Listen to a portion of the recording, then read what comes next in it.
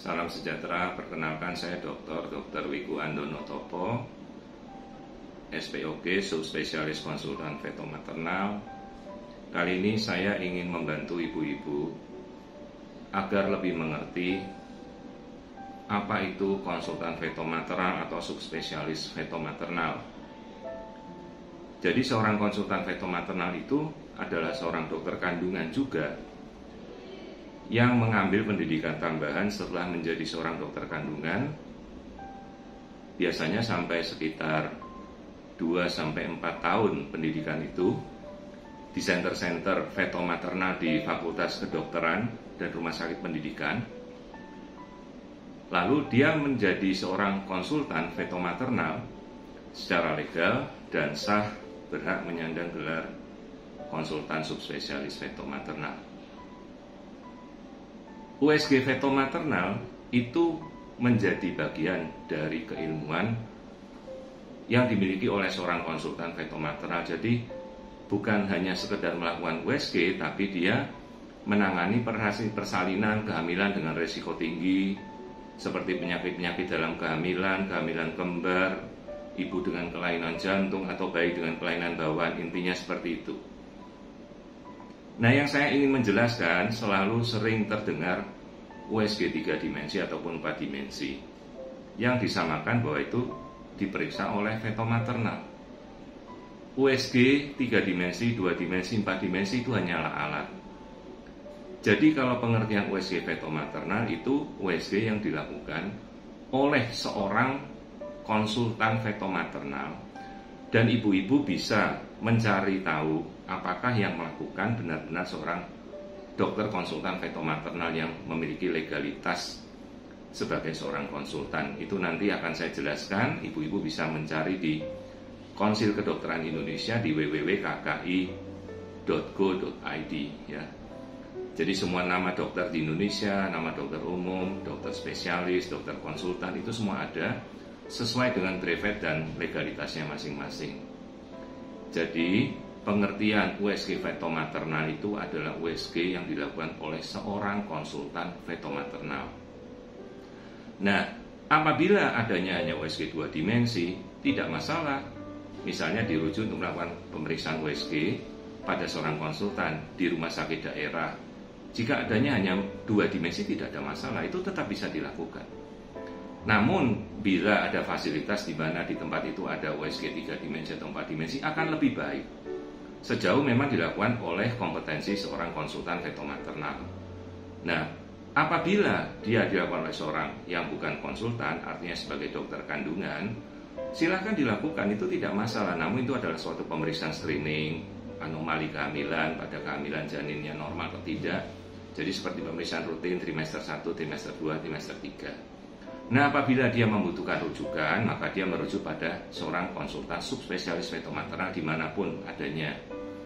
Namun apabila pasien juga tidak dirujuk, silakan bila ingin melakukan pemeriksaan mandiri, itu hanya pasien bisa melakukan pemeriksaan untuk mencari konsultan feto maternal dimanapun berada. Yang penting ibu-ibu mengetahui, jadi kalau kita mencari seorang konsultan feto maternal, pastikan benar bahwa ibu dilakukan oleh pemeriksaannya oleh dokter subspesialis konsultan feto maternal. Itu nanti ada, bisa dilihat di websitenya Konsil Kedokteran apa klasifikasi yang bersangkutan ya. Jadi seorang konsultan feto maternal juga mencantumkan seperti ada gelar tambahan subspesialis KFM di belakang gelar SPOG-nya. Itu yang nanti akan saya jelaskan. Jadi apabila hanya dilakukan oleh sejawat yang bukan konsultan, namanya pemeriksaan USG screening kehamilan ya.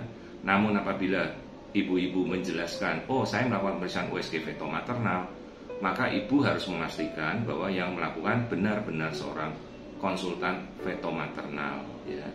Bukan USG 3 dimensi atau 4 dimensi yang kemudian disamakan sebagai feto maternal ya. Feto maternal bukan alat, tapi feto maternal itu adalah sebuah subspesialisasi keilmuan di cabang kedokteran kebidanan dan kandungan. Demikian. Untuk mengetahui bagaimana seorang dokter memiliki kompetensi dan legalitas, kita bisa melihat di Konsil Kedokteran Indonesia, kki.go.id. Di sini kita bisa melacak semua dokter di Indonesia sesuai kompetensinya, apakah dia dokter umum, dokter kandungan, atau seorang konsultan subspesialis. Jadi apabila dia memiliki kompetensi legalitas sebagai seorang konsultan, Anda bisa melacak nama dokter Anda, ditulis yang benar seperti ini, lalu masukkan captcha code-nya, dimasukkan dengan benar, baru kemudian klik cari dokter. Maka akan ditampilkan nama dokter Anda, misalnya Anda melakukan pemeriksaan pada dokter tersebut, dengan apa kompetensi dan subspesialisasinya bila ada. Nah, seperti ini nama saya. Anda bisa melihat kualifikasi saya sebagai dokter kandungan, spesialis obstetrik ginekologi, dan kualifikasi tambahan sebagai konsultan kedokteran feto-maternal dengan nomor induknya. Nah, apabila seorang dokter kandungan memiliki kompetensi hanya sebagai dokter kandungan, maka dia tidak ada kualifikasi tambahan. Tapi kalau dia seorang konsultan feto-maternal, maka dia ada kualifikasi tambahan tersebut. Nah, juga Anda bisa melacak semua nama dokter di Indonesia yang terregistrasi. Jadi semua dokter yang bekerja di Indonesia harus memiliki registrasi seperti ini. Anda masukkan captionnya, nanti Anda bisa lacak nama dokter Anda dan apakah itu seorang konsultan, dokter kandungan, atau mungkin dokter umum ya di www.kki.id. Jadi yang ingin saya jelaskan pada ibu-ibu, Anda harus makin bijak, bisa mengetahui dokter yang Anda melakukan pemeriksaan tersebut. Ini adalah contoh dari sebuah alat 3 dimensi atau 4 dimensi. Jadi sekali lagi ini hanya sebuah alat. Ini adalah fasilitas yang kita gunakan sebagai seorang dokter untuk melakukan pemeriksaan kehamilan pada pasien-pasien ibu hamil. Ini bukan USG feto-maternal. Jadi 4 dimensi, 3 dimensi itu bukan USG feto-maternal. Feto-maternal adalah seorang konsultan seperti saya. Dia seorang dokter konsultan subspesialis mengambil pendidikan tambahan. Kemudian alat yang digunakan bisa 2 dimensi, bisa 3 dimensi, bisa 4 dimensi. Namun keilmuan dan kemudian legalitasnya dia diperiksa oleh seorang konsultan feto-maternal. Jadi mohon maaf bila ibu-ibu keliru menyamakan bahwa USG 3 dimensi 4 dimensi itu adalah feto-maternal. Bukan. Jadi USG feto-maternal itu USG yang dilakukan oleh seorang konsultan feto-maternal. Ini adalah contoh alat 2 dimensi konvensional yang sudah saya pakai hampir sekitar 10 tahun dan masih saya rawat dengan baik. Propnya masih bagus, resolusinya masih cukup jernih. Jadi pemeriksaan feto-maternal untuk melakukan USG tidak selalu harus dilakukan dengan 3 dimensi atau 4 dimensi. Sejauh dilakukan oleh seorang konsultan feto-maternal yang benar-benar legal dan memiliki kapasitas dalam bidangnya. Jadi pemeriksaan 2 dimensi dengan konvensional bisa kita lakukan bahkan di rumah sakit daerah di hampir seluruh pelosok di Indonesia, karena banyak sekali konsultan-konsultan feto-maternal sudah ada di seluruh pelosok tanah air.